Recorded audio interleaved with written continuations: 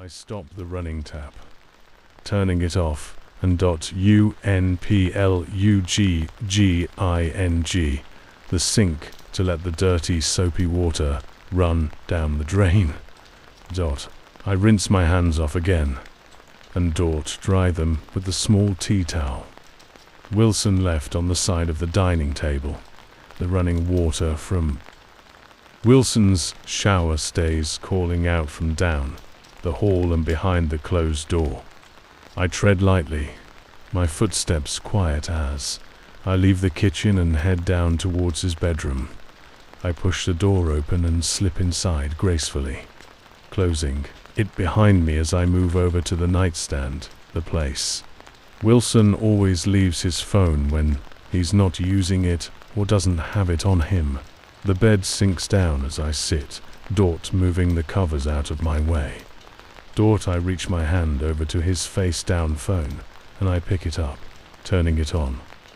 As soon as the screen lights up, my gaze is immediately drawn to her name.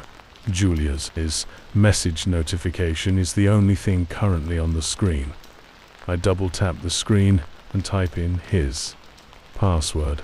His birth date of the 26th of July 2004. The bed sinks down as I sit, moving the covers out of my way. I reach my hand over to his face-down phone and I pick it up, turning it on. As soon as the screen lights up, my gaze is immediately drawn to her name. Julia's message notification is the only thing currently on the screen. I double-tap the screen and type in his password. His birth date of the 26th of July 2004. After it takes the password, the screen unlocks and flicks over to the Messages app that was already open. That's when I see all the voice messages between the two of them and I start to listen to them all. I click on one of the messages that Julia sent and she says, "Hey darling, when are we going to see each other again? Don't tell me you're going to cancel our date night again because of that dumb boyfriend of yours." My heart snaps into more than a million pieces in that very instant until I listen to the way Wilson's replies to her. "Don't worry, honey. I just need to keep acting like the perfect man for Liam up until the point he eventually and undoubtedly gives me all of his money. Then I can leave him and come and see you." I sit there on the messy blue silk bed sheets, my sorrow and fury boiling over the edge.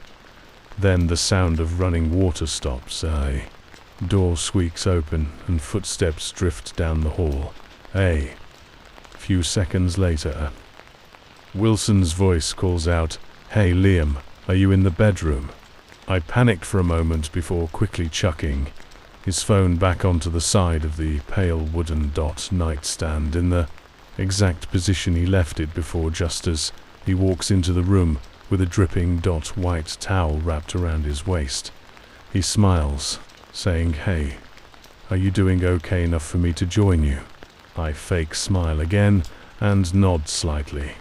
But then I feel something dripping down my chin and Wilson's face fills with concern. "Hey, you are getting a nosebleed again. Are you sure you're okay?" he asks, already going to grab a pack of tissues. I quickly move my hand to my nose, and I already feel the blood pouring as he puts a tissue over the blood running down my face and pinches the bridge of my nose, while guiding my head to tilt forwards. I can't believe how kind and gentle Wilson is acting towards me after the way he talked and what he said in that voice message. He cleans my bloody nose up for me and kisses my cheek. "Right then, let's get ready for bed. Now, that is, if you have finished cleaning the kitchen." He says, "Yeah, let's go to bed now," I reply, getting up from the bed and walking out of the room, sparing one last hate-filled gaze that he doesn't notice before I walk around the corner and disappear down the hallway. I enter my sweet-smelling room, the pink walls and white carpet, making the entire room look light, even at night. I take off my shoes and set them outside, at my door before closing it and jumping onto my bed. I don't even bother to change my clothes or my pillowcase, and I fall asleep almost instantly as my head hits the pillow.